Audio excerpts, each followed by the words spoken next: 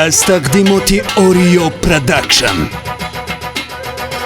یه جوانی ناشناسه با هزاران التماسه بفرستاند سپاس من ولی رزانه